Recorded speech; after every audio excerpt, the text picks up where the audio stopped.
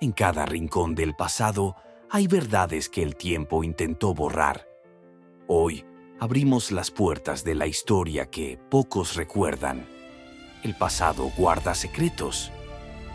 Nosotros los revelamos, uno a uno, en cada episodio. Cuando las voces del pasado callan, los hechos menos conocidos comienzan a hablar. A lo largo de los siglos, la historia ha guardado secretos que pocos se atrevieron a contar.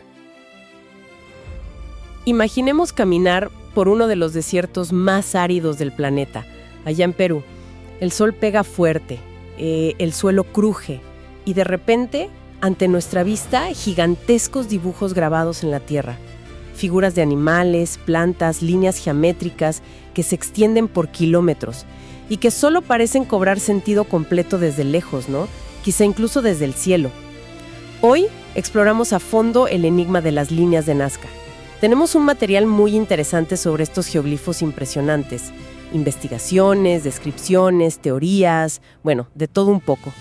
Nuestra misión es destilar lo esencial, entender qué son, quién las hizo y, claro, por qué. Queremos llegar al corazón de este legado. Bien, vamos a sumergirnos en esto. Exacto, estamos hablando de las líneas y geoglifos de Nazca y de Pampas de Chumana, que además son Patrimonio de la Humanidad por la UNESCO desde el 94. Y son, bueno, mucho más que simples dibujos, ¿eh? Son un testimonio extraordinario de la cultura nazca y su, digamos, profunda conexión con ese paisaje tan extremo. Empecemos por lo básico, ¿no? ¿Qué son exactamente estas líneas, estos geoglifos? Pues mira, son antiguos diseños trazados directamente sobre la superficie de las Pampas de Chumana. Es una planicie desértica que está entre Nazca y Palpa, en Ica, Perú. Hay cientos de figuras. Algunas son líneas rectas, larguísimas, de kilómetros a veces. Otras son formas geométricas, ¿viste? Triángulos, trapezoides. Y luego están las más famosas, claro, las figuras de animales, las zoomorfas, y también de plantas, las fitomorfas. ¿Y sabemos quiénes fueron los artistas? ¿Quién creó esta obra monumental? Sí, eso está bastante claro. La evidencia arqueológica apunta directamente a la cultura nazca. Esta sociedad prehispánica floreció en la zona más o menos entre los años 100 y 600 después de Cristo. Coincidieron en parte con la cultura Paracas, que también es muy conocida. De hecho, Paul Kosok, un antropólogo, usó carbono 14 y fechó muchas de las líneas alrededor del 550 después de Cristo. La escala es algo que cuesta trabajo imaginar. Las fuentes hablan de 520 kilómetros cuadrados, incluso algunas dicen 800, y figuras como el colibrí casi 300 metros. Es tremendo. ¿Cómo hicieron algo tan grande y cómo es que sigue ahí después de tanto tiempo? Bueno, ahí está lo interesante. Es una combinación de una técnica ingeniosa y unas condiciones ambientales muy particulares, únicas diría yo. Para hacer los geoglifos, los nazca no cavaron hondo, ¿eh? Lo que hicieron fue quitar la capa de arriba, la de piedritas y guijarros oscuros que son rojizos por la oxidación. Al sacar esa capa, dejaron a la vista la arena de abajo, que es mucho más clara, amarillenta. Ese contraste es lo que forma el dibujo. Y la profundidad es mínima, a veces solo 15-30 centímetros. O sea que básicamente barrieron el diseño. Suena casi simple, pero lograr esas figuras enormes y esas líneas tan perfectas así, ¡uf! Exacto. La técnica es simple, pero la precisión y la escala son monumentales. Se cree que usaron métodos, bueno, bastante básicos pero efectivos. Estacas de madera clavadas en el suelo y cordeles para marcar las líneas rectas y las curvas. Probablemente trabajaron a partir de modelos más pequeños, a escala, ¿no? Y luego los trasladaron al terreno usando cuadrículas o algo parecido. Lo increíble es cómo mantuvieron esas líneas rectas por kilómetros, incluso pasando por lomadas o pequeñas quebradas. Y sí, se han encontrado restos de estacas cerca de algunas figuras, lo que apoya esa idea. Y la conservación, pura suerte con el clima. Eso es todo. En gran parte sí. Las Pampas de Chumana son uno de los lugares más secos del mundo. Casi no llueve.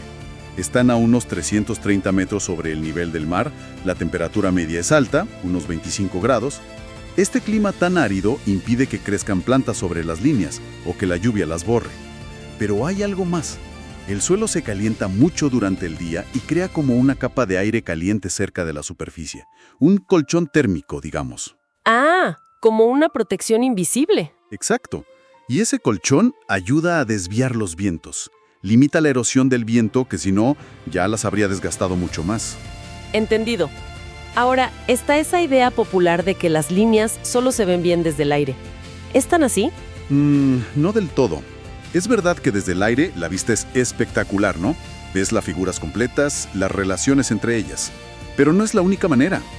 Muchas figuras, sobre todo las que están en laderas o cerca de colinas, se ven perfectamente desde esas elevaciones. De hecho, así las redescubrió para la ciencia moderna Toribio Mejía Gespe, el arqueólogo peruano, en 1927. Estaba caminando por ahí, haciendo trabajo de campo. Ah, mira tú. O sea que no es un descubrimiento reciente. Para nada. Aunque él las estudió sistemáticamente, ya había menciones mucho antes. Cronistas españoles del siglo XVI, como Pedro Cieza de León, en 1547, hablaron de señales o marcas en el desierto. Y Luis Monzón, en 1568, pensó que eran caminos viejos. Así que se conocían, pero, no se entendía qué eran realmente. Y aquí es donde se pone la cosa súper interesante. El propósito. ¿Por qué tanto esfuerzo? ¿Para qué las hicieron? ¿Qué dicen las teorías? La interpretación ha cambiado bastante con el tiempo. Las primeras ideas, como las de Monzón o Tello, eran que eran caminos, quizás senderos rituales. Luego, en la primera mitad del siglo XX, gente como Max Ulley y Paul Kosok propusieron que tenían que ver con la astronomía.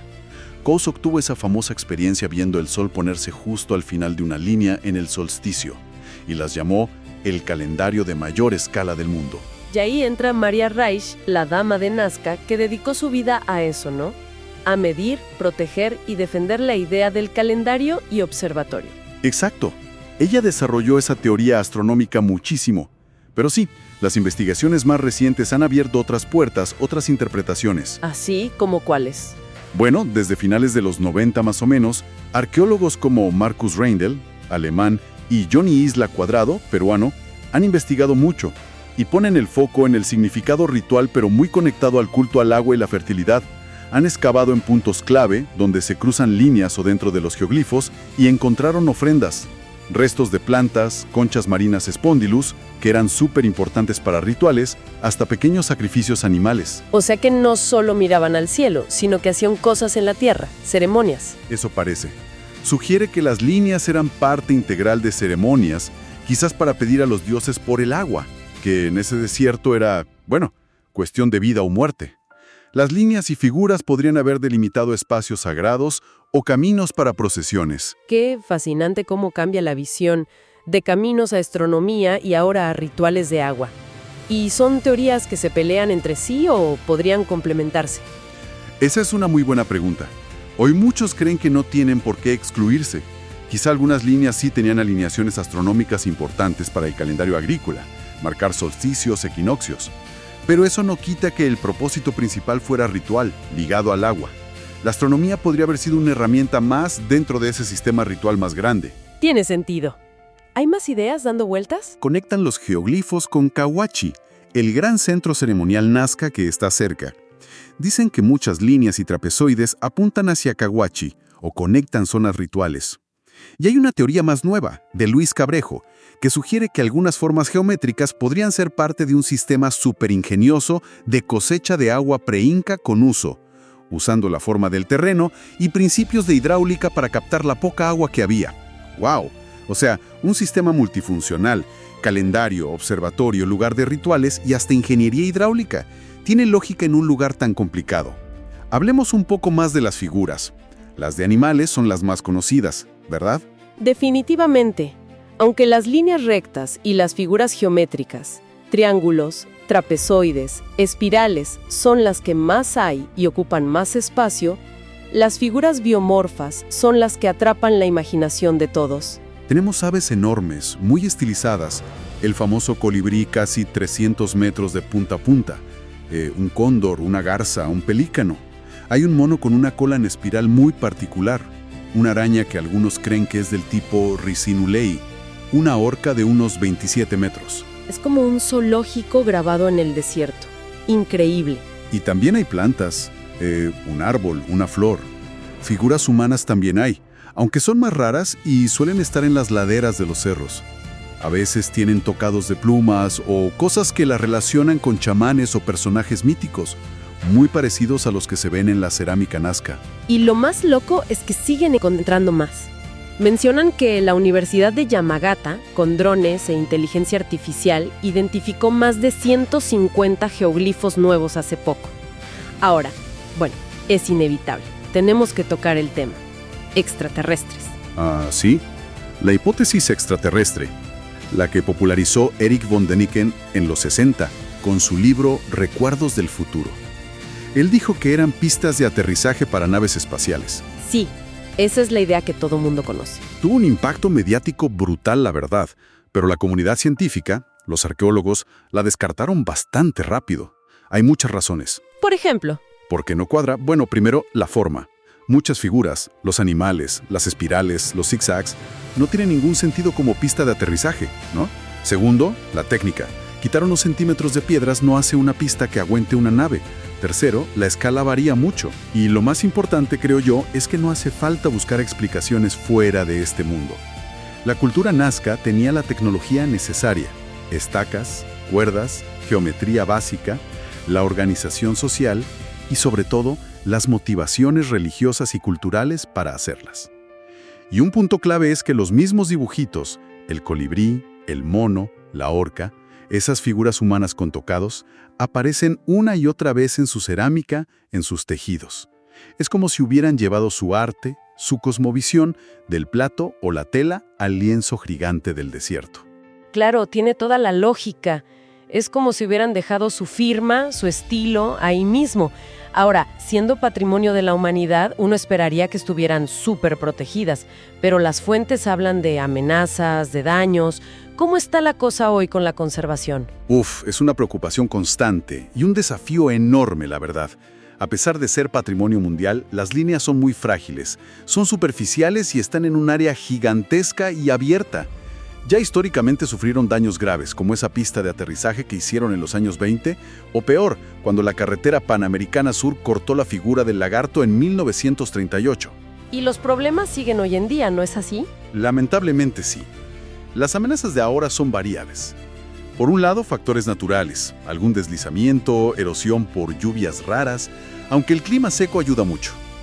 Pero los riesgos más grandes vienen de nosotros, de la gente.